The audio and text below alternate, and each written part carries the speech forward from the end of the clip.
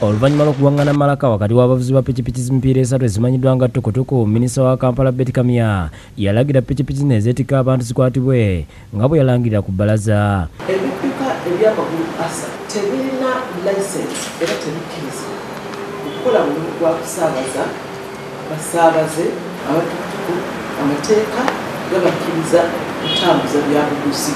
Abagoba baazo bonna mu Kampala okuva ku Mmande bali mu dduka kubanga ekikwekweto kyatandikirawo ate kyataliza n'abo abeetikka emigugu ng'ezisinga ziri ku poliisi. Ziri ku poliisi wali waggulu naye zino ezaffe tukweka nkweke wano tezibeerawo.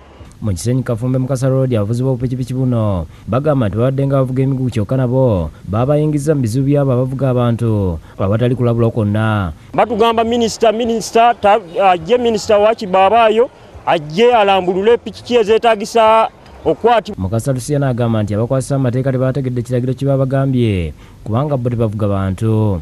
Oweekitiibwa Pulezidenti kuba bino ebintu bimukwatako yatutwala ne baminisita abo tusaba okutulambululira. Bagamba nti okuva ku Mmande bazzenga bakwatibwa ne bakakibwa okusasula emisolo gye batamanyi okuddizibwa tukutuku era ne basasula nga bamanyi nti kiwedde kyokka ebikwekweto ebiddako era tebibataliza nga n'abakwata tebaba mu yunifoomu.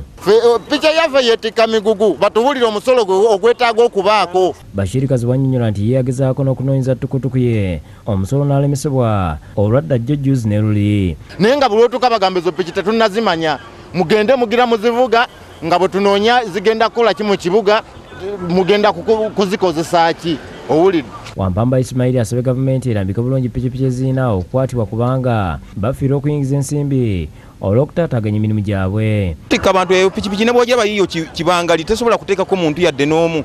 Abasuubuzi abadde basinga okweyambisa tukutuku nabo ge bakabage bakomba olwa ssente nnyingi ze bafulumya mu kutambuza ebyamaguzi byabwe. Tukutuku kyebadde yabawonya. Tumaze ennaku 3 zonna nga piki zaffe tuzikola ate piki zaffe ezo z'olaba zituleetera series. Nze ekisinga okunnuma kwe kubanga batukwata ate amaduuka agazitutunda ne gasigala nga maggule. Babadde bakyasaba minisita okutereeza ekiragiro kibaddemu okukola. Sebambulidde Charles omwogezi wa poliisi y'ebiduka mu Kampala n'annyonnyola nti okusinza ku tteeka lya Traffic and Road Safety Motorcycles and Motorized Tricycles Act, pikipiki magulu asatu kebenga evuga abantu oba migugu tezirina kuyingira mu bibuga kiyite Central Urban District wabula okukola nga ambulensi mu bifo emmotoka zitatuuka. Tejja kuweebwa layisinsi okukolera emirimu gyayo mu Central Business District. Naye era etteeka ne ligenda maaso ne ligamba nti wabula akapikipiki kano batukutuku kasobola okuweebwa olukusa ne minisita ne kakozesebwa nga ambulensi. Agamba nti etteeka ligamba tezirina kuweebwa layisinsi za kukubo era y'ensonga lwaki buli gwe basanga bamukwata kubanga teri alina kuba nayo. Ekitegeeza nti no buli gwe tusanga kubanga ebyo mabega twakizudde dda nti teri layisinsi ejjaggalwa gwe tusanga batalina layisinsi. Agamba nti layisinsi ezigabibwa ku tukutuku zibawa lukusa okukakalabiza ku faamu oba okutambuza ebyamaguzi mu factory munda nga minisita bw'ayinza okulambika. Akapikipiki tukutuku teteekeddwa kwetikka byamaguzi ku luguudo, teteekeddwa kutwala basaabaze.